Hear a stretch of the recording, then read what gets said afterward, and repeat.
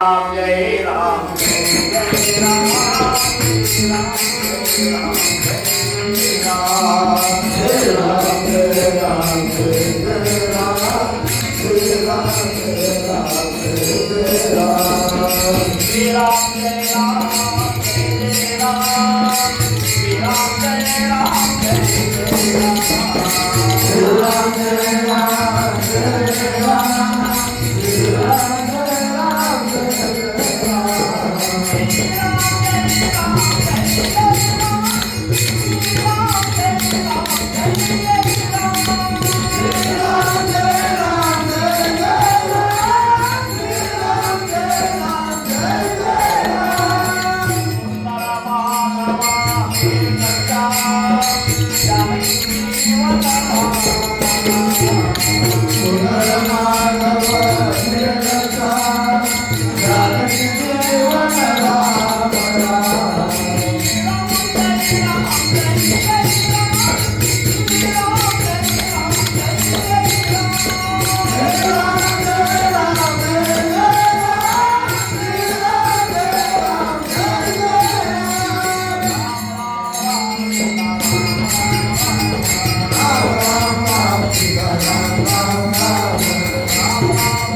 Jai Ram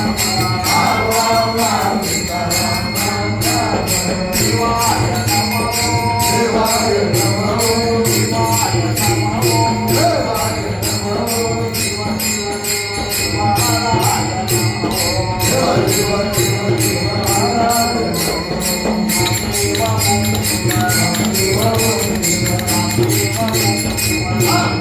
Jai Ram Jai Ram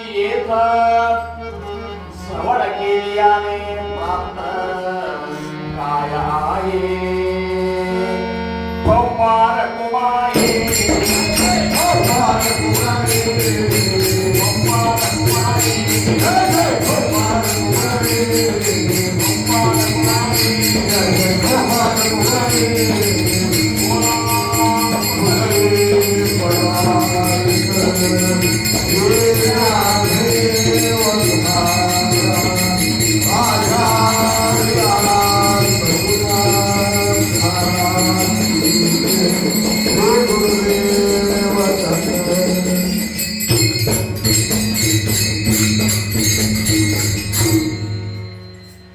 ಪ್ರಥಮವಾಗಿ ನಮ್ಮ ನಿಮ್ಮೆಲ್ಲರ ಆರಾಧ್ಯ ದೈವತವಾಗಿರುವಂತಹ ಶ್ರೀ ಸದ್ಗುರು ಸಮರ್ಥ ರಂಗ ಮಹಾರಾಜರು ಶ್ರೀ ಕ್ಷೇತ್ರ ಕುಪ್ಪಗಟ್ಟಿ ಅವರ ದಿವ್ಯ ಚರಣಾರವಿಂದಗಳಿಗೆ ನನ್ನ ಅನಂತ ಕೋಟಿ ದಂಡವತ ಪ್ರಣಾಮಗಳನ್ನು ಸಲ್ಲಿಸಿ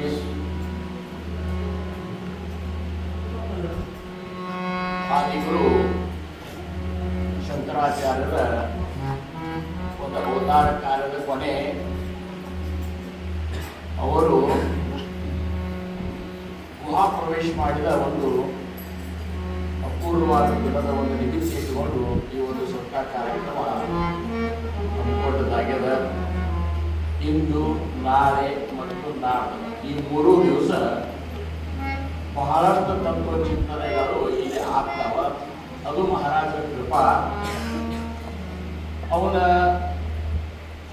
ಹೆಂಗೆ ಶ್ರವಣ ಮಾಡಬೇಕು, ಶ್ರವಣ ಮಾಡಿದ್ದನ್ನ ಯಾವ ರೀತಿ ಮನನ ಮಾಡಬೇಕು, ಮನನ ಮಾಡಿದ್ದನ್ನ ಯಾವ ರೀತಿ ನಿಧಿಧ್ಯಾಸ ಕಚ್ಕೊಳ್ಬೇಕು, ನಮ್ಮ ಜೀವನದೊಳಗೆ ಅಳವಡಿಸಿಕೊಂಡು ನಡೆದ್ರೆ ಮಾತ್ರ ಮಹಾರಾಜರು ನಮ್ಮಲ್ಲಿ ತನಕ ಬಂದು ನಮಗೆ ಅನುಗ್ರಹ ಮಾಡಿದ್ದು ಸಾರ್ಥಕತೆ ಆಗ್ತದ, ನಮ್ಮ ಜೀವನ ಸಾರ್ಥಕತೆ ಆಗ್ತದಂಥ ವಿಚಾರವಾಗಿ ಇಷ್ಟು ತನಕ ನಾವು ನೀವುಗಳೆಲ್ಲ ನಮ್ಮ ಉದಯ ಚಕ್ರವರ್ತಿಯವರು ಹೇಳಿದ ಮಾತುಗಳನ್ನು ಕೇಳಿದ್ರು.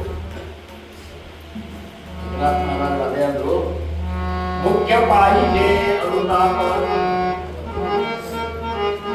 ಏನಂದ್ರು, ಮುಖ್ಯ ಪಾಯಿಗೆ ಅನುತಾಪ ಹೇತಿ ವೈರಾಗ್ಯಾತಿ. ಮಹಾರಾಜರ ಸಾಧನೆಗೆ ಮುಖ್ಯವಾಗಿ ಏನು ಹೇಳಪ್ಪ ಹಂಗಾದ್ರೆ ಅವನ ಮನಸ್ಸ ಅಂತಃಕರಣ ಅನುತಾಪಗೊಳ್ಬೇಕಂತ. ಅನುತಾಪ ಅಂದ್ರೆ ಏನು ಅಂದ್ರೆ ತಾಪದ ಮೇಲೆ ತಾಪ, ಸಂಸಾರ ತಾಪದೊಳಗೆ ಬೆಂದ ಮಹಾರಾಜರಿಂದ ಅನುಗ್ರಹಿತ ಪಡೆದ ಇಡೀ ಆಯುಷ್ಯವನ್ನು ಕುಕ್ಕಟ್ನಾಗ ನಾವು ಕಳೆದೇವಲ್ಲ ಅಂತನ್ನುವಂಥದ್ದು ಯಾವ ಸಾಧಕನ ಅಂತಃಕರಣಕ್ಕೆ ಆ ರೀತಿ ಸಳಬಳ ಆಗ್ತದ ಅದಕ್ಕೆ ಅನುತಾಪ. ಈ ಅನುತಾಪ ಮೊದಲು ಬೇಕಂತಾರ ಅವರು. ಇದು ಇಲ್ಲಾರ್ದ ವೈರಾಗ್ಯ ಬರುವುದಿಲ್ಲ. ಹೆಚ್ಚಿ ವೈರಾಗ್ಯ ಆಚೆ ರೂಪ ಅಂತ ಅನುತಾಪ ಆಗಿತ್ತು ಅಂದ್ರೆ ನಿರಂತರ ವೈರಾಗ್ಯ ಬಂದೇ ಬಿಡ್ತದೆ.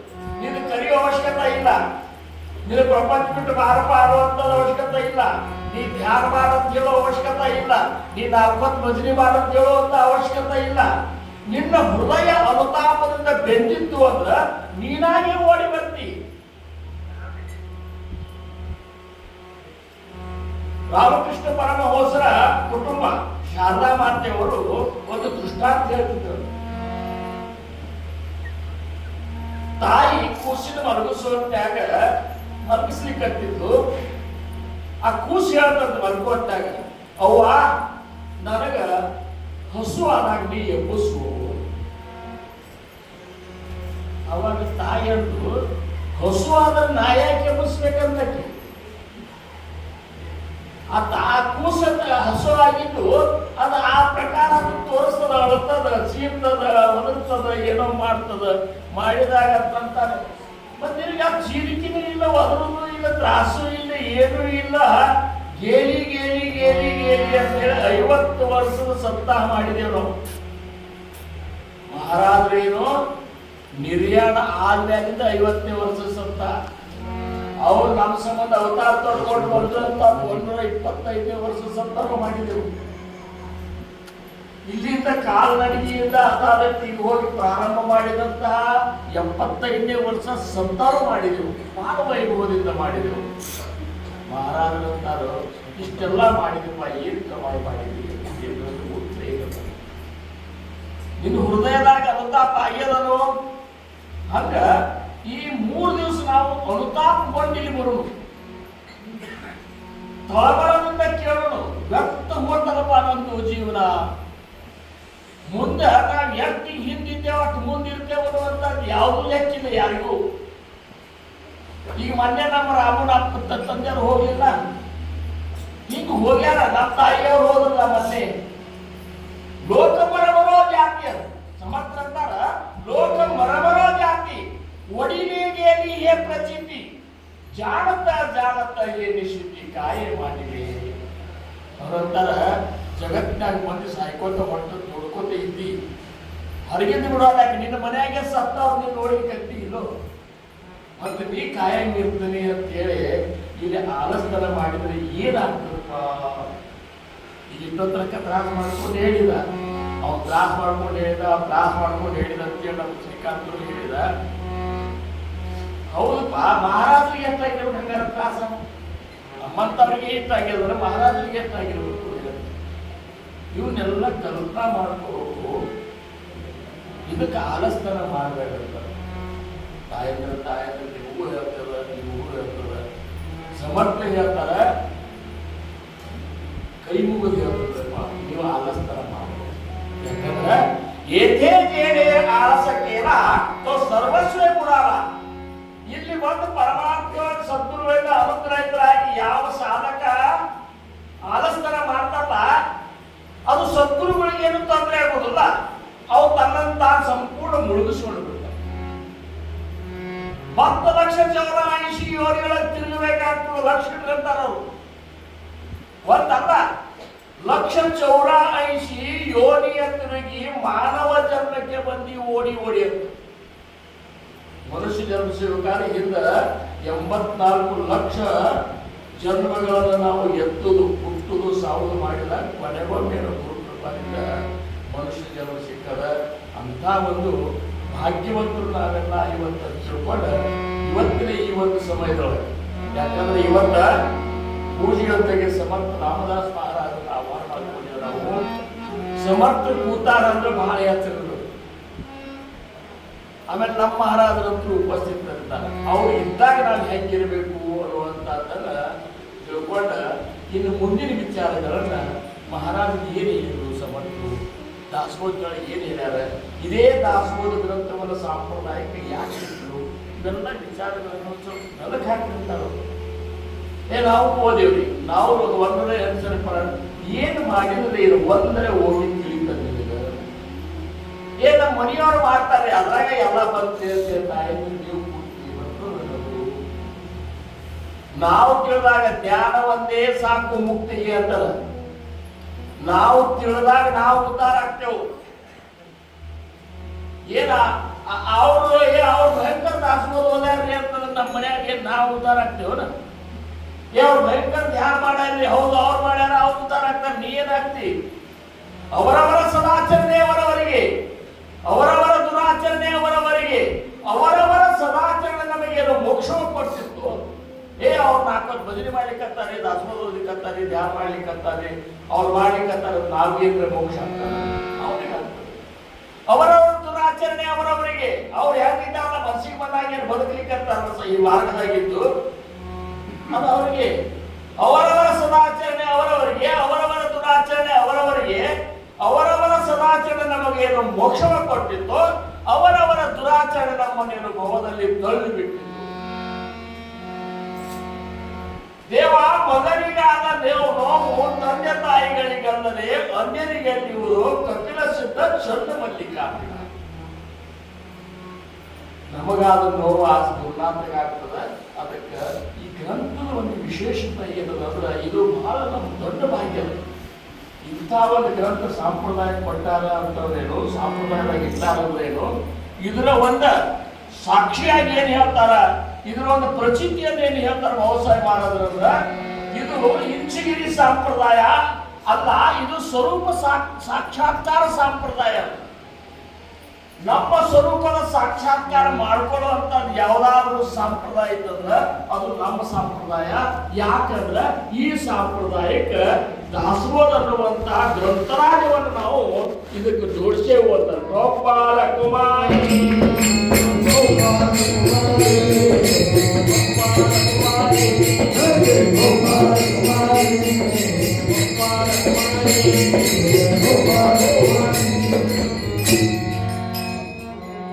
ಈ ಗ್ರಂಥದ ಬಗ್ಗೆ ವರ್ಣ ಮಾಡಲಿಕ್ಕೆ ಸಾಧ್ಯನೇ ಇಲ್ಲ ಅಂತಾರೆ. ಕೆಲವೊಂದನ್ನು ವರ್ಣ ಮಾಡಬಹುದು, ಕೆಲವೊಬ್ಬ ವ್ಯಕ್ತಿನ ವರ್ಣ ಮಾಡಬಹುದು. ಆದ್ರೆ ಸಮರ್ಥರಂತ ಸದ್ಗುರುಗಳನ್ನ, ಪರಬ್ರಹ್ಮನನ್ನ, ವಿಮಲ ಬ್ರಹ್ಮನನ್ನ, ಸಂತನನ್ನ ಹಾಗೂ ಆ ಸ್ವರೂಪಕ್ಕೆ ಒಯ್ಯುವಂತ ಈ ಗ್ರಂಥವನ್ನ ವರ್ಣ ಮಾಡಲಿಕ್ಕೆ ಆಗೋದು. ಅಂದ್ರೆ ಈಗ ಹೆಂಗಂದ್ರೆ ವರ್ಣನಾತೀತ, ಏನು ವರ್ಣನೆಗೆ ಅತೀತವಾಗಿರುವಂತಹ ಗ್ರಂಥ. ಆ ಗ್ರಂಥದೊಳಗೆ ಮಧ್ಯೆ ಹೋಗಿಡಂತಾರೆ ಶ್ರೋತೆ ಮುಸತಿ ಕೋಣ ಗ್ರಂಥ काय बोलिलेची एक श्रवण केल्याने प्राप्त काय आहे. ಇದು ಒಂದು ಓದಿ ನಾವು ಲಕ್ಷ ಕೊಟ್ಟು ವಿಚಾರ ಮಾಡಿದೇವಂದ್ರ ಈ ಗ್ರಂಥದ ಮಹತ್ವ ಗೊತ್ತಾಗಿದೆ. ಶ್ರೋತೃಗಳು ಕೇಳುವರು ಇದು ಯಾವ ಗ್ರಂಥ. ಸಮರ್ಥರಿಗೆ ಈ ಓದಿಸಿರುವಂತಹ ಶ್ರೋತೃಗಳು ನಾವೆಲ್ಲರೂ ಕೇಳಬೇಕಾಗಿತ್ತು. ಇದು ಯಾವ ಗ್ರಂಥ ಇರುತ್ತೆ ಅವ್ರಿಗೆ ಮಹಾರಾಜರು ಕೇಳ್ಯಾರು, ಇದು ಯಾವ ಗ್ರಂಥ. ಕಾಯ ಬೋಲಿಲೆ ಜೀಯೇತ, ಇದ್ರೊಳಗೆ ಏನೇನು ಹೇಳ್ಯಾರ. ಶ್ರವಣ ಕೇಳಿಯಾನೆ ಪ್ರಾಪ್ತ ಕಾಯ. ಇದನ್ನು ನಾವು ಶ್ರವಣ ಮಾಡೋದ್ರಿಂದ ನಮಗೆ ಏನ್ ಸಿಗುತ್ತದ. ನಮ್ಮ ವ್ಯವಹಾರಿಕ ಬುದ್ಧಿನೇ ಅಲ್ಲಿ ಅವರಂದ ನೀವು ವ್ಯವಹಾರಿಕ ದೃಷ್ಟಿಯಿಂದ ನಿಮಗೆ ಏನ್ ಸಿಗ್ತದೆ ತಿಳ್ಕೊಂಡ್ರೆ ಓದ್ರಂತ. ಗ್ರಂಥ ರಾಮ ದಾಸಬೋಧ ಗುರು ಶಿಷ್ಯಾಚ ಸಂವಾದ ಏಕ ಬೋಧಿಲಾಕ್ಷದ ಭಕ್ತಿ ಮಾಡಿ. ಅವಾಗ ಸದ್ಗುರುಗಳು ಹೇಳ್ತಾರ, ಸಮರ್ಥ ಹೇಳ್ತಾರ, ಇದ್ರ ಹೆಸರು ದಾಸಬೋಧ ಆದ. ದಾಸಬೋಧ ಅಂತಂದ್ರೆ ಒಮ್ಮೆ ಕಲ್ಪನೆ ಮಾಡ್ಕೊಂಡೆ ಅವನು ದಾಸನಾದ ಬೋಧ ಯಾಕೆ ಮಾಡ್ತಾನ. ಈಗ ನಮ್ಮಲ್ಲಿ ಸದ್ಗುರುಗಳಿಗೆ ಕೆಲವೊಬ್ಬರು ನಿಷ್ಠಾವಂತ ಸೇವಕರಿರ್ತಾರೆ. ಅವ್ರು ಬೋಧ ಮಾಡಿದ ಗ್ರಂಥ ಅಂತಂದ್ರೆ ಮಹಾರಾಜ ಇಲ್ಲೇ ಇದ್ದಾರ. ಅವ್ರು ಬೋಧ ಮಾಡಿದ ಗ್ರಂಥ ಅಂದ್ರೆ ಇದು ಹೆಂಗ್ ವಿಶೇಷ ಅಂದ್ರ ದಾಸರಾದ ಮಾತ್ರ ಬೋಧ ಮಾಡ್ಲಿಕ್ಕೆ ಸಾಧ್ಯ. ಗೋಪಾಲ ಕುಮಾರಿ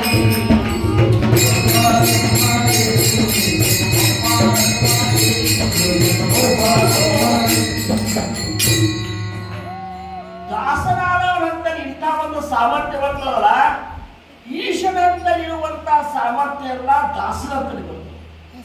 ಹೆಂಗ ಶ್ರೀರಾಮಪ್ರಭುವಿನಂತಲ್ಲಿ ಇರುವಂತಹ ಸಾಮರ್ಥ್ಯ ಯಾರಿಗೆ ಬಂದಿತ್ತು ಅಂದ್ರೆ ಮಾರುತಿರಾಯಿ ಬಂದಿತ್ತು. ಯಾಕಂದ್ರೆ ರಾಮಪ್ರಭುವಿನ ಅನನ್ಯದಾಸ. ಹಂಗ ಅದೇ ರಾಮಪ್ರಭುವಿನ ಅನನ್ಯದಾಸ ಅದೇ ಮಾರುತಿಯ ಅಂಶ ಯಾರಂದ್ರೆ ಸಮರ್ಥರು. ಆ ಸಮರ್ಥ ಬೋಧವಾಗಿದಂತಹ ಗ್ರಂಥ ಇದು. ಏತ ಬೋಲಿಲಾಕ್ಷದ ಭಕ್ತಿ ಮಾರ್ಗ. ಇಲ್ಲೇನಂದ್ರ ಈ ಗ್ರಂಥದಾಗ ಭಕ್ತಿ ಮಾರ್ಗದ ಬಗ್ಗೆ ವಿಷಯವಾಗಿ ಹೇಳಿದೆ ಅಂತ. ಯಾಕಂದ್ರ ಭಕ್ತಿ ಕೇನ ಯೋಗಿ ದೇವ ನಿಶ್ಚಯ ಪಾವತಿ ಮಾನವ ಐಸಾ ಆಯೇ ಅಭಿಪ್ರಾವ. ಭಕ್ತಿ ಮಾರ್ಗದಿಂದ ನಿಶ್ಚಯವಾಗಿ ನಿಮಗ ಸದ್ಗುರುಗಳ ಸ್ವರೂಪ ಸಾಕ್ಷಾತ್ಕಾರ ದರ್ಶನ ಆಗ್ತದೆ ಅಂತ ಹೇಳಿ ನಿಶ್ಚಯವಾಗಿ ನಾ ಹೇಳ್ತೇನೆ ಅಂತ. ಎಷ್ಟು ನಿಶ್ಚಯಪೂರ್ವಕ ಹೇಳ್ತಾರೆ ನೋಡ್ರಿ ಭಕ್ತಿ ಮಾರ್ಗ. ಪ್ರಗತಿ 3 ಮಾರ್ಗವ: ಜ್ಞಾನ ಮಾರ್ಗದ, ಕರ್ಮ ಮಾರ್ಗದ, ಉಪಾಸನಾ ಮಾರ್ಗದ, ಯೋಗ ಮಾರ್ಗದ, ಭಕ್ತಿ ಮಾರ್ಗಗಳು. ಇವೆಲ್ಲ ಮಾರ್ಗಗಳಿದ್ರು ಸಹಿತ ಭಗವಂತನ ಪ್ರಾಪ್ತಿ ಅನ್ನುವಂಥದ್ದು ಭಕ್ತಿ ಮಾರ್ಗದಿಂದ ಮಾತ್ರ ಸುಲಭವಾಗಿ ಸರಳವಾಗಿ ಸಾಧಿಸ್ತದ, ಸಿಗುತ್ತದ. ಇದನ್ನ ನಾನು ಅನುಭವಿಸಿರುವಂತ ಈ ಗ್ರಂಥ ಅಲ್ಲಿ ಕೇಳಿ ಮಗ ಸಾಕಿದ್ದರೆ ಇದನ್ನು ನಾ ಮೊದಲ ಅನುಭವಿಸಿದೆ. ಅನುಭವಿಸಿದ ಹೇಳಿಕಂತ ಸಮರ್ಥ ಗೋಪಾಲ ಕುಮಾರಿ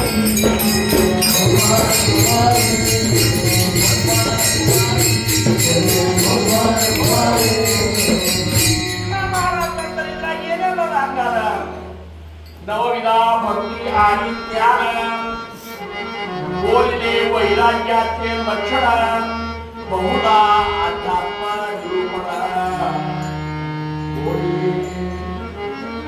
9 ವಿಧದ ಭಕ್ತಿಯೊಳಗ ಭಕ್ತಿಯ ಬಗ್ಗೆ ವಿಶದವಾಗಿ ಹೇಳಿದಂತರು: ಶ್ರವಣಂ, ಕೀರ್ತನಂ, ವಿಷ್ಣೋಸ್ಮರಣಂ, ಪಾದ ಸೇವನಂ, ಅರ್ಚನಂ, ವಂದನಂ, ದಾಸ್ಯಂ, ಸಖ್ಯಂ, ಆತ್ಮನಿವೇದನಂ. 9 ವಿಧದ ಭಕ್ತಿಯೊಳಗ ಇವರು ವಿಶೇಷವಾಗಿ ಹೇಳಿದಂತಾರೆ. ಇಷ್ಟು ವಿಶದವಾಗಿ ಎಲ್ಲೂ ಹೇಳಿಲ್ಲ. 9 ವಿಧದ ಭಕ್ತಿ ಉದಯ ಇಷ್ಟು ವಿಶೇಷವಾಗಿ. ಶ್ರವಣ ಭಕ್ತಿ ಒಂದು ವಿಶೇಷತೆ ಏನದ, ಕೀರ್ತನ ಭಕ್ತಿ ಅಂತ ಏನದ, ನಾಮಸ್ಮರಣೆ ಭಕ್ತಿ ಒಂದು ವಿಶೇಷತೆ ಏನದ, ಪಾದ ಸೇವನ ಭಕ್ತಿ ಅಂದ್ರೆ ಏನು, ಇಷ್ಟು ವಿಸ್ತಾರವಾಗಿ ಮಹಾರಾಜ ಹೇಳಲ್ಲ. ಓದವ್ರಿಗೆ ಏನ್ ಮಾಡೋದು, ಓದವ್ರಿಂದ. ಯಾಕಂದ್ರ ನಮ್ಮಲ್ಲಿ ಹೆಂಗಾಗ್ಯದಂದ್ರ ಇಲ್ಲಿ ಕೂತಾಗ ನಾವು ಮೊದಲು ಖಾಲಿ ಮಾಡ್ಕೊಂಡು ಬರ್ಬೇಕು. ಮೊಬೈಲ್ನ್ಯಾಗ ಸಿಮ್ ಇರ್ತದ ನೋಡಿ, ಸಿಮ್, ಅದ್ರ ಮೊದಲಿದ್ದು ಎಲ್ಲ ಡಿಲೀಟ್ ಮಾಡ್ಕೊಂಡು ಮೊದಲಿನ ತುಂಬ್ಕೊಂಡು ಕೂತಿರ್ತೇವೆ. ಅದ್ರಾಗ ನಾವ್ ಏನ್ ಹೇಳಿದ್ರೆ ಏನ್ ತುಂಬಬೇಕಾಗಿ ಅಂದ್ರ ನಮ್ಮ ಅಜ್ಞಾನ ಇನ್ನೂ ತನಕ ಇಷ್ಟೊಂದು ಪ್ರಬಲ ಆಗಿರ್ತದೆ. ಯಾಕಂದ್ರ ನಾವು ಅಜ್ಞಾನ ತುಂಬಿದ ವಾತಾವರಣದಾಗೆ ಬೆಳಿಲಿಕ್ಕೆ. ಒಬ್ಬ ಸಾಧಕನ ಮನೆ ಅಂದ್ರ ಮಂದಿರ ಆಗಿರ್ಬೇಕು. ಹಂಗೇನ್ರಿ ನಾವು ವ್ಯವಸ್ಥೆ ಇಟ್ಕೊಂಡ್ರೆ ನಮ್ಮ ಮನೆಗಳು ಅದು ಮಹಾರಾಜ ಮನೆ ಅನ್ನಿಸ್ಬೇಕು. ಅಲ್ಲಿ ಮಹಾರಾಜರಿದ್ದಾರಂದ್ರೆ ಅಲ್ಲಿಯ ಪ್ರತಿಯೊಬ್ಬ ಮೆಂಬರ್ಗಳು ಆ ರೀತಿ ಭಯ ಭಕ್ತಿಯಿಂದ ನಡಿಬೇಕು. ಹಿರಿಯರು ಕಿರಿಯರು ಅವ್ರಿಗೆ ಗೌರವ ಕೊಡೋದು ಇವೆಲ್ಲವೂ ಏನಂದ್ರೆ ಆ ಮನೆಯೊಳಗೆ ನಡೀತಿದ್ರೆ ಮಾತ್ರ ಆ ಮನೆ ಮಂದಿರ ಅನ್ನಿಸ್ತದೆ. ಹಿರಿಯರ ಕಿಮ್ಮತ್ತಿಂದ ಕಿರಿಯರೇ ಕಿರಿಯರು ಹಿಂಗ ಒಂದು ಸಮುದಾಯದಾಗಲಿ ಒಂದು ಮನೆಯೊಳಗಾಗ್ಲಿ ಏನೇ ಆದ್ರೂ ಸಹಿತ ಅದು ಯೋಗ್ಯ ಆಗುವುದಿಲ್ಲ. ಅದ್ರ ಪರಿಣಾಮ ಚಲೋನು ಅಲ್ಲ. ಅದರ ಗೋಪಾಲ ಕುಮಾರಿ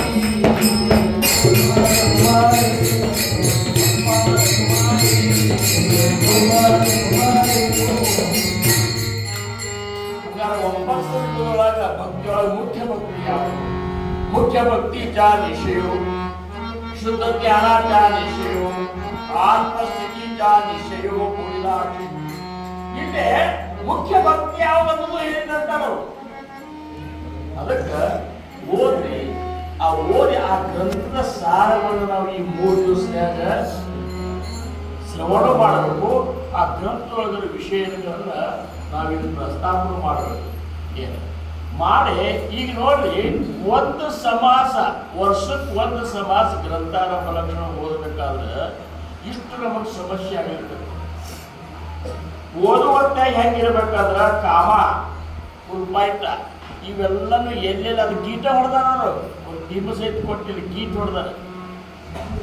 ನೀವು ಸ್ವಲ್ಪ ಫರ್ಕ್ ಹಾಕಿದ್ರೆ ಎಷ್ಟು ಅನಾಹುತ ಆಗ್ತಾ ನೀವು.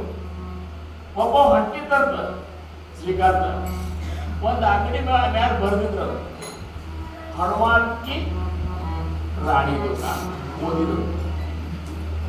ಏನು ಓದಿದವ ಬರ್ದಿದ್ರು, ಹನುಮಾನ್ಕಿ ರಾಣಿ ದುಕಾನ್. ಮತ್ತ ಶಾಣೆ ಅರ್ಧ ಮತ್ತ ನೋಡ್ಲಿ ಪೂರ ಶಾಣೆಗಳು ಪೂರ ದಾಖಲೆಗಳು. ಈ ಅರ್ಧ ಮರ್ಧ ಇದ್ದು ಅವಾಗ ಹನುಮಂತನ ರಾಣಿದ ಅಂಗಡಿ ಆಗ್ತದ. ಮತ್ತೆ ಹಂಗ ಹನುಮಂತನ ಯಾವಾಗ ತಲೆ ಕೇಳ್ಕೊಳ್ತಾವ. ಎಷ್ಟು ಅಜ್ಞಾನಿಗಳಿರ್ತಾರ, ಲಗ್ನೆ ಆಗಿಲ್ಲ ಬ್ರಹ್ಮಚಾರಿ ಅಂತಾರೆ, ಇನ್ನೇನು ಮತ್ತೆ ಓದಿದ ಹನುಮಾನ್ಕಿ ರಾಣಿ ದುಕಾನ್. ನೋಡ್ಕೊಂತ ಅಲ್ಲಿ ನಿಂತಿರ್ತಾವ. ಒಬ್ಬ ಜ್ಞಾನಿ ಬಂದ, ಏನಾದ್ರು ಯಾಕೆ ಗೊತ್ತು ಏನು ಸಮಾಜಕ್ಕೆ ಪೂರ್ಣವಾದ ಕೆಟ್ಟ ಸಂದೇಶ ಕೊಟ್ಟಂಗ ಏನಾಗಿದೆ ನೋಡಲ್ಲ. ಹನುಮಾನ್ಕಿ ರಾಣಿ ದುಕಾನ್ ಅವಾಗ ಸ್ವಲ್ಪ ತಡೆಯಲ್ಲ. ಅವಾಗ ನೋಡುವಂತ ಕುಡ್ಕೊಂಡಿದ್ದ ರಾಮಾಯಣ ನೋಡ್ಕೋಬೇಕು. ಅದೇನಿತ್ತು, ಹನುಮಾನ್ ಕಿರಾಣಿ ದುಕಾನ್. ಹನುಮಾನ್ ಮುಂದೆ ನಿಂದಿರಬೇಕು, ಮುಂದೆ ಕಿರಾಣಿ ಹೋಗಿ ಕೀಳ್ಕೊಂಡು ಹೋಗ್ಬೇಕು. ಹಿಂಗ ನಾವು ಓದೋದು ಅದ್ರಾಗ ಅಕ್ಷರ ಹೆಂಗ್ ಬರಿಬೇಕು, ಹೆಂಗ್ ಓದಬೇಕು, ಅಕ್ಷರ ಹೆಂಗಿರ್ಬೇಕು, ಇವನು ಸಹಿತ ದಾಸಬೋಧ ಹೇಳ. ಅದಕ್ಕೆ ಈ ದಾಸಬೋಧದ ಅನರ್ಥವನ್ನು ನಾವು ಹೆಂಗ್ ತಗೋಬೇಕಂದ್ರ, ಅದೇ ಚಂದಮನಾಗೆ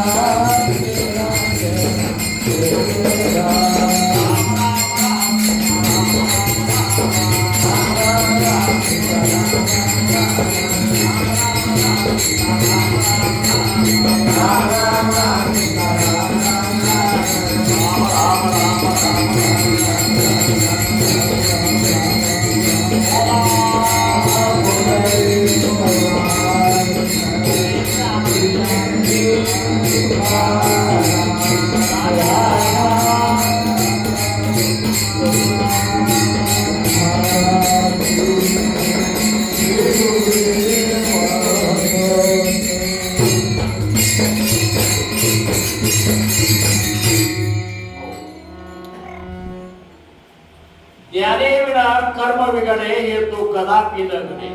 ಸಮರ್ಥ ದಾಸೋಹ ಒಂದು ಕಡೆ ಹೇಳ್ತಾರ, ತಿಳಿಲಾರ್ದ ಮಾಡಿದಂತಹ ಕರ್ಮ, ಅದು ಹಾಡರೇ ಇರ್ಬೋದು, ಓದುಗರೇ ಇರ್ಬೋದು, ಪೂಜಾರೇ ಇರ್ಬೋದು, ಮತ್ತೇನರೇ ಇರ್ಬೋದು, ಇದು ಪರಿಪೂರ್ಣ ಫಲ ನಿಮಗೆ ಕೊಡುವುದಂತ. ಈಗ ನಾವು ಬಾರಾಮಗಿದೇಗ ಹೇಳಿದ ಭಜನೆ ಬಗ್ಗೆ ಅರ್ಥ ಮಾಡ್ಕೊಳ್ಬಾರ್ದು. ಅರ್ಥ ಮಾಡ್ಕೊಂಡು ಮಾಡಿದಾಗ ಅದು ಪರಮಾರ್ಥ ಆಗ್ತದೆ. ಇರ್ಲಿಕ್ಕಂದ್ರೆ ಅದು ಸುಮ್ಮಂಗೆ ಒಂದೇ ಪ್ರಕಾರ ಅಂದಾಗ ಧ್ಯಾನೇವಿನ ಕರ್ಮಗಳೇ ಹೇತು ಕದಾಪಿನಗಳೇ ಸದ್ಗುರುವಿನ ಧ್ಯಾನ ಜೋಡೆ ಏಹಿ ಅಘಟಿತ. ಸದ್ಗುರುಗಳ ಒಂದು ಕೃಪೆ ಇಲ್ಲ ನಿಮಗ ಶುದ್ಧ ಧ್ಯಾನ ಅನ್ನುವಂಥದ್ದು ಆಗಲಿಕ್ಕೆ ಸಾಧ್ಯವೇ ಇಲ್ಲ. ಆ ಸದ್ಗುರುಗಳ ಕೃಪೆ ಆಗ್ಬೇಕಾದ್ರೆ ಸಮರ್ಥ ಅಂತಾರ, ಚಂದಮನಾಗೆ ಅಖಂಡ ಸದ್ಗುರು ಸಮರ್ಥ ಚರಣಾರ್ಯ. ಚಂದ ಚಂದದ ಆನಂದ ತಗೊಂಡವರು ಸಮರ್ಥರ ಒಂದು ಚರಣಗಳ ಆನಂದ ತಗೋ. ಚರಣಗಳ ಅಂದ್ರೇನು? ಅವ್ರ ಪಾದ ಅಂತ ತಿಳ್ಕೊತೇವೆ. ಪಾದ ಸ್ಥೂಲದಾಗ ಸೂಕ್ಷ್ಮವಾಗಿ ಸಮರ್ಥ ಹೇಳಬೇಕಾಗಿದ್ದು ಸಮಾಸ ಸಾಧಕೆ ಮಹಾವೇ ಸಾವಕಾಶ ಇವರದ ವಿಶೇಷ ವಿಶೇಷ. ಈ ಎರಡೂ ಸಮಾಸಗಳಲ್ಲಿ ಬರುವಂತ ಮಹಾರಾಜರ ಒಂದು ಓವಿಗಳೇನವಲ್ಲ, ಓವಿಗಳ ಒಂದು ಅರ್ಥದ ಆನಂದ ತಗೊಂಡವು. ಸಮರ್ಥ ಚರಣಾಂಚ ಯಾವಿನ ದುಸ್ತರ ಸಾಗರ ತರಣ್ಯ ಮಾರ್ಗದ ಶೀರ್ಷಾಂಚ. ಈಗ ಈ ದಾಸೋಹ ಚಂದಗೆ ಅರ್ಥ ಮಾಡ್ಕೊಳ್ಳಿಲ್ಲ, ಅರ್ಥ ಮಾಡ್ಕೊಂಡು ಅದನ್ನ ಆನಂದ ತಗೊಳ್ಳಿಲ್ಲ, ಅದನ್ನ ಮನನ ಮಾಡಿಲ್ಲ, ಅದನ್ನ ಜೀವನದಾಗ ಅಳವಡಿಸ್ಕೊಳ್ಳಿಲ್ಲ ಅಂತಂದ್ರ ಯಾವಿನ ದುಸ್ತರ ಸಾಗರ ತರಣ್ಯ ಮಾರ್ಗದ ಶೇಷಾಚ. ಸಾಚ ಅಂದ್ರೆ ಸಲ್ಲ. ಇದ್ರ ಹೊರತಾಗಿ ನಿನಗೆ ಈ ಭವಸಾಗರನ ದಾಸಲಿಕ್ಕೆ ಮಾರ್ಗ ಸುಗಮವಾದ ಮಾರ್ಗನೇ ಇಲ್ಲ ಅಂತ ನೋಡ್ರಿ. ಗೋಪಾಲ ಗೋವಾಯಿ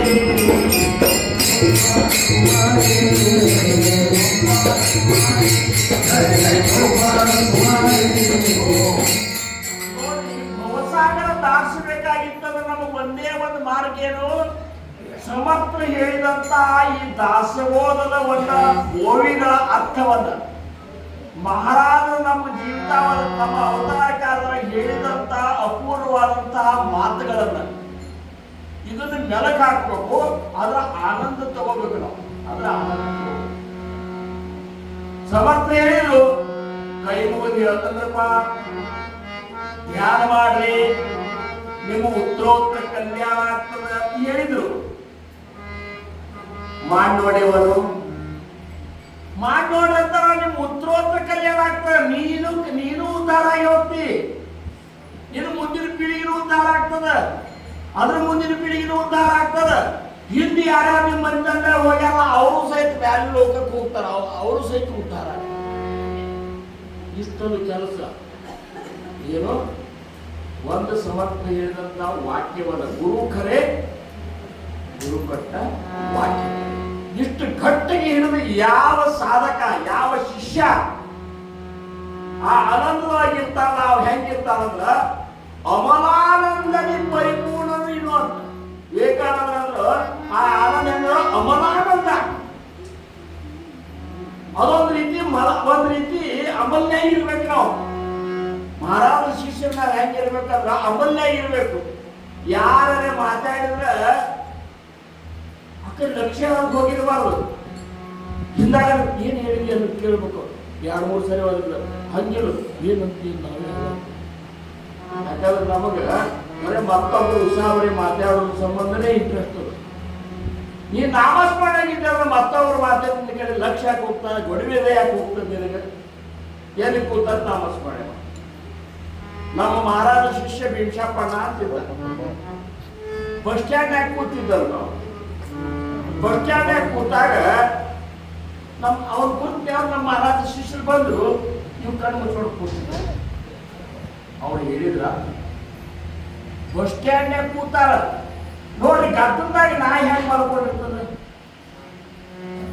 ಎಷ್ಟು ಆರಾಮ್ ನಿದ್ದೆ ಮಾಡ್ತಾ ಇರ್ತೀರಿ ನೀವು ನಮಗ ಒಂಚೂರು ಗದ್ದಾರ ನಿದ್ದಿನ ಇರ್ತದ ಬೇಕಾದಂತ ಗದ್ದಿಲ್ರಿ ಹಂಗ ನಾಯಿ ಉಪ್ಪ ಯಾಕೆ ಕೊಟ್ಟಾರಂದ್ರ ಅದಂತ ಗದ್ದಲ್ದಾಗ ಸಹಿತ ತಮ್ಮ ಪ್ರೊಟೆಕ್ಟ್ ಮಾಡ್ಕೋಂತ ಪ್ರಾಣಿ ಬರ್ತದೆ ಅವ್ರಿಗೆ ಹಂಗ ಬೇಕಾದ ಬಸ್ ಸ್ಟ್ಯಾಂಡ್ ಯಾಕೆ ಕೂತ್ರು ಸಹಿತ ನಮ್ಮ ಭೀಮಶಾಪ ಧ್ಯಾನ ಮಾಡ್ಕೊಂಡು ಕೂತ್ಬಿಟ್ಟಿದ್ದ ಒಬ್ಬಾರ ಕುಮಾರಿ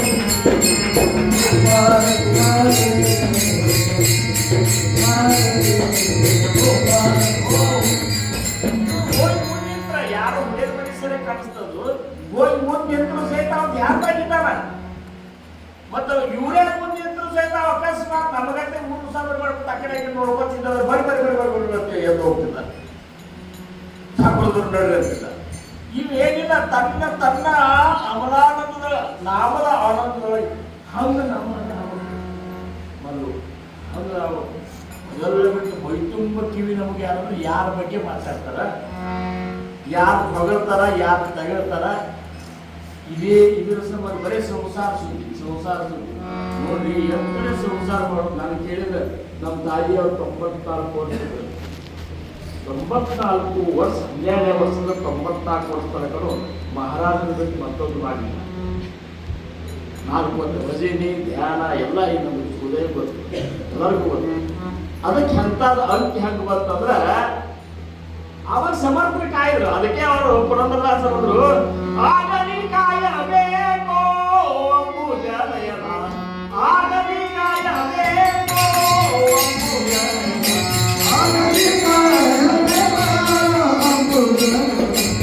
ಆಗಲಿ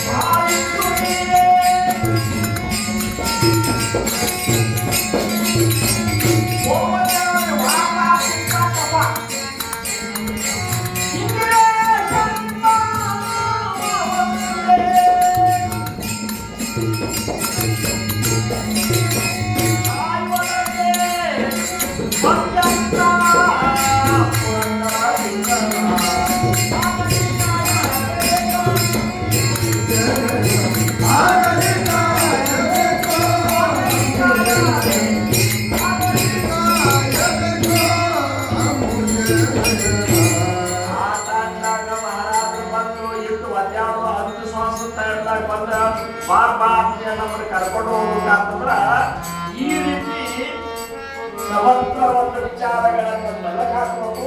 ಅವ್ರು ಕೊಟ್ಟಂತ ನಾಮಸ್ಮರಣೆ ಮೊದಲ ರಾತ್ರಿ ಮಾಡಬೇಕು.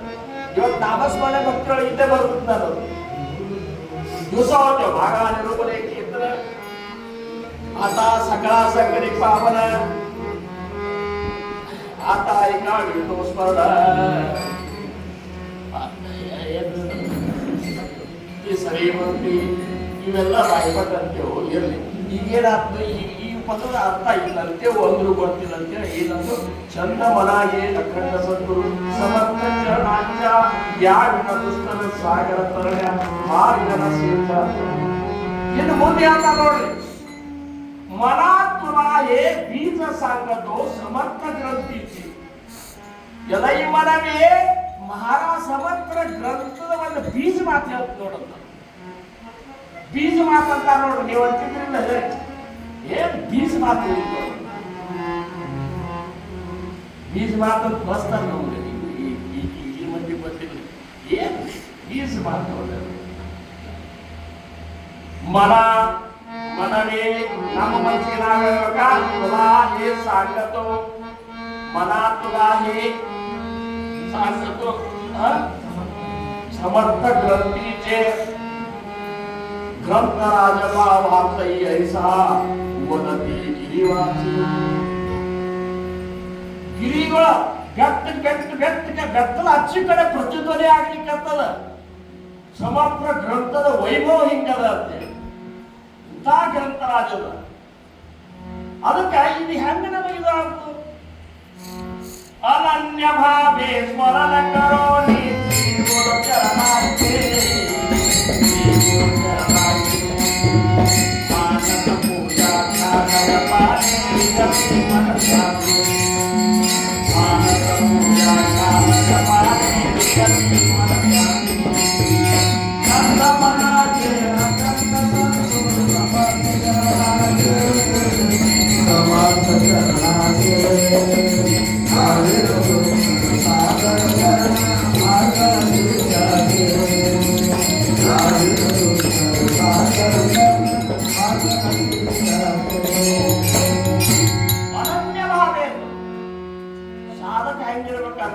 ಭಕ್ತಿ ಹೆಂಗ್ ಮಾಡ್ಬೇಕಂದ್ರ ಅನನ್ಯ ಭಾವ. ಅನನ್ಯ ಭಾವ ಅಂದ್ರೆ ಏನು? ಯಾವುದು ಅನ್ಯ ಅಲ್ಲಿಲ್ಲ ಅದು ಅನನ್ಯ ಅಂತ. ಅನ್ಯನಾಯಿತೆ ಅನನ್ಯ ಅನ್ಯ ಏನಿಲ್ಲ ಇಲ್ಲ ಮಹಾರಾಜನಿಗೆ ಮತ್ತೊಂದಿಲ್ಲ, ಇದು ಅನನ್ಯ ಅಂತಾರ. ನನಗೆ ಏನು ಮತ್ತೊಂದು ಏನಿಲ್ಲ, ನಮ್ಮ ಮಹಾರಾಜ ಬಿಟ್ಟು ಮತ್ತೊಂದಿಲ್ಲೇ ಇಲ್ಲ, ಅವರೇ ಸರ್ವಸ್ವ ನನಗ ಬಾಯಿ ಅನ್ನೋದಲ್ಲ ಸಮರ್ಥ. ಹಿಂಗ ನಮಗ್ ಖಾತ್ರಿ ಆಗ್ಬೇಕು. ಅಂದ್ರ ಪಾರಾಟ್ಯ ನಾವು ಅಂತರ್ನಿಷ್ಠ ಚಿತ್ತಕ್ಕೆ ತರಲಿ ಅಂತರ್ಭ್ರಷ್ಟ ಚಿತ್ತಕ್ಕೆ ಬುಡಾಲಿ ಮಾಯಾಕಾಲೆ ಪರಂತರಲಿ ಲೋಕಾಂತ. ಎಷ್ಟು ಮಂದಿ ಉಪದೇಶ ತಗೊಂಡಾರ, ಎಷ್ಟು ಮಂದಿ ಪಾರಾಗ್ತಾರ ಅಂತ ಪ್ರಶ್ನೆ ಕೇಳಿದ್ರೆ ಯಾರು ಸದ್ಗುರುವಿನ ಅನನ್ಯ ನಿಷ್ಠ ಇದ್ದಾರ ಅನನ್ಯ ಅವ್ರು ಪಾರಾಗ. ಹುಡುಕಿದವರೆಲ್ಲ ಅದು ಚಂದ ಇದು ಚಂದ, ಅಲ್ಲಿ ಮನಗಂಡ ಇಲ್ಲಿ ಮನಗಂಡ ಅವ್ರದ್ದು ಮನಗಂಡು ನೋಡಿ ನಂಬಿದ್ರು. ಹಿಂಗೆ ಎಲ್ಲಿ ತನಕ ನಮ್ಮ ತಲೆಯಾಗ ಹೊರಗಿನ ಮೇಲೆ ಆಗ ಹೇಳಿದ್ರು ಮಹಾರಾಜರು ಬಸ್ಮೆ ಗುರುಗಳ ಕೀರ್ತನಿಂದಾಗಲಿ ಇವರು ಯಾರು ನಮ್ಮ ಗುರುಮೂರ್ತಿ ಗುರುಮೂರ್ತಿ ಹೇಳಿ ಅವರು ಬ್ರಹ್ಮಜ್ಞಾನಿಗಳು. ಇವ್ರು ಹೇಳೋಕ್ಕಿಂತ ಕೇಳಿ ದೋತ್ರ ಬಾಯಿ ಇಟ್ಕೊಂಡು ನಡೀತಿದ್ರು, ಸಂತೋಷ ಕೊಡ್ತೀವಿ. ಮತ್ತೆ ಈ ಸಂತೋಷ ನಮ್ಗೆ ಯಾಕೆ ಆಗ್ಬಾರ್ದು? ಇದು ನಮಗೆ ಆಗೋದಿಲ್ಲ. ಅದೇನಂತಾರಲ್ಲ, ನನಗೊಬ್ರು ಹಿಂದಕ್ಕೆ ನಮ್ಮ ಒಬ್ರು ಈರಣ್ಣ ನಮ್ಮ ನಿಮ್ಮನ್ನು ಯಾರು ಕೇಳೋದಿಲ್ಲ ನಾವು. ಎಲ್ಲ ಕಡೆ ಬರ್ತಾರೆ, ಯಾಕೆ ಇದು ತಗೋಬೇಕಿಲ್ಲ. ಯಾರು ಹೆಚ್ಚು ತಗೋತಾರ ಅವ್ರ ಕಿಮ್ಮತ್ತದ್ರಿ. ನೀವು ಈಗ ಪುಕ್ಕಟ್ ಹೇಳಿದ್ರೆ ನಿಮ್ಮನ್ನು ಯಾರು ಕಪ್ಪಾರ ಕುಮಾರಿ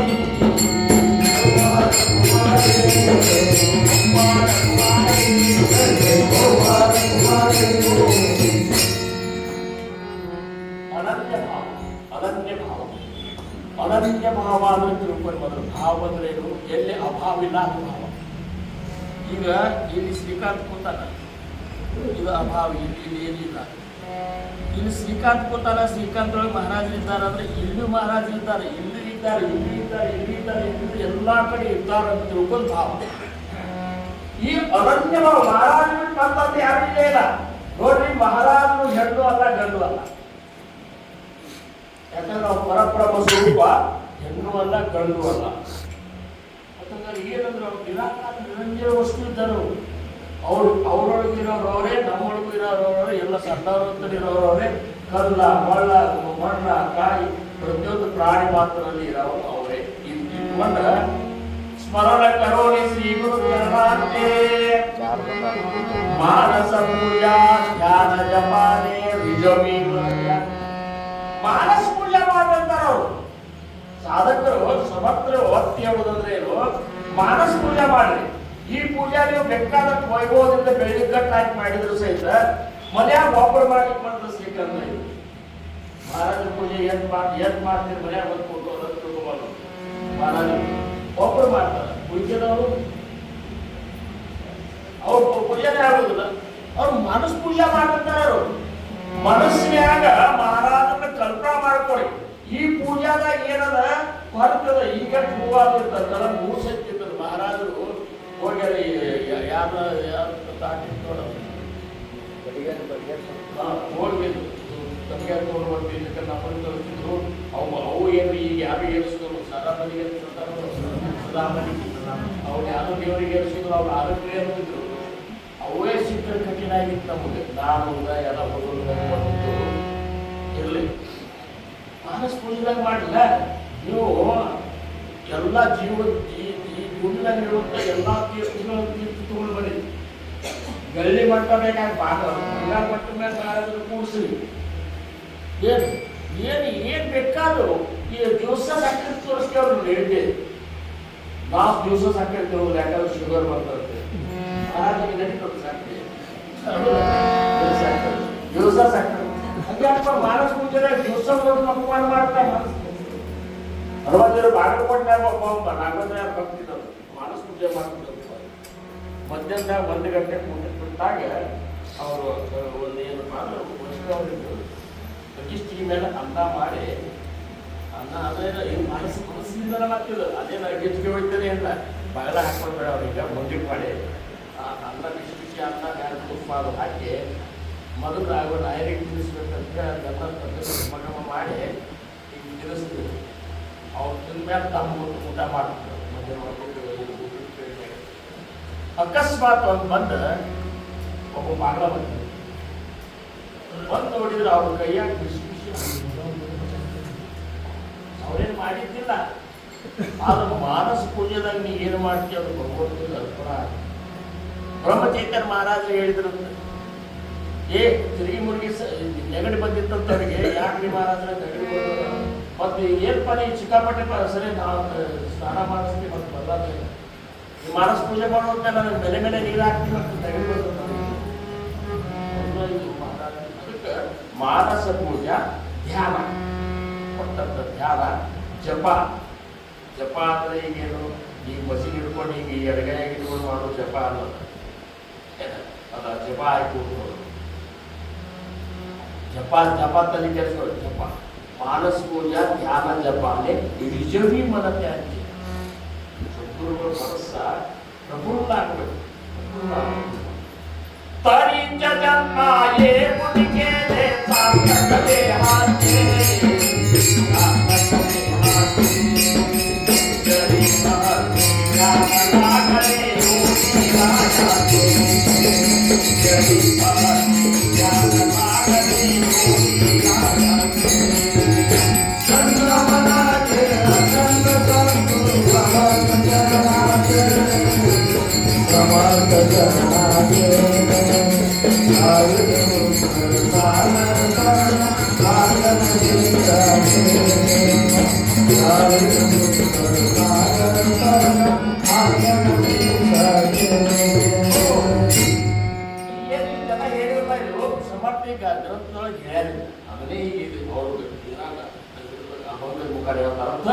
ಅಂದ್ರ ಹಿಂಗೆಲ್ಲ ಮಾಡಿದ್ರ ಜನ್ಮ ಏವುನಿಕೆಯಲ್ಲಿ ಸಾರ್ಥಕತೆ.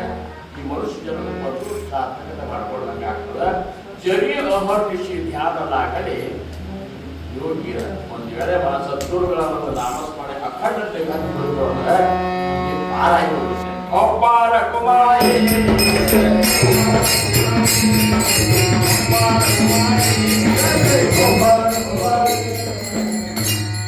ಗುರು ಚರಣಾಂತಿ ಕೋಡಿ ತುಜಲ ಕಿಲ್ಲಿ ಸಾಕುವಾತೆ ಎತ್ತಲೇ ಆ ಚರಣಗಳ ಒಂದು ರುಚಿಯನ್ನ ಎತ್ತಂತೇಳಿ ಗುರುಚರಣಾಚ್ಯ ಕೋಡಿ ತುಜಲ ಕಿಲ್ಲಿ ಸಾಕುವಾತೆ ಸೇವಕ ಕಿಂಕರ ಸ್ವಚ್ಛನಾಮೆ ಗುರುಗುಣವೀನಾಥೆ. ಅವಾಗ ಸೇವಕ್ಕಿಂತ ಒಂದು ಸೇವಕತನ ಬರ್ತಲ್ಲ, ಸದ್ಗುರುವಿನ ಮುಂದೆ ನೀನು ನಾಮಸ್ಮರಣೆ ಮಾಡ್ಕೊಂಡು ಕುಳಿದಾಡಲಿಕ್ಕೆ ಶುರು ಮಾಡ್ತಿರ್ತ. ಇಷ್ಟು ಲಾಭ ಈ ದಾಸೋಹ ಗ್ರಂಥವನ್ನು ಓದುವುದರಿಂದ ಅದ ಅಂತ ಹೇಳ್ತಾರ. ಅದಕ್ಕೆ ಕೊನೆ ಚರಣದಾಗ ಗುರು ಚರಣಾಂತಿ ಕೋಟಿ ತುಜಲ ಗುರು ಚರಣಾಂತಿ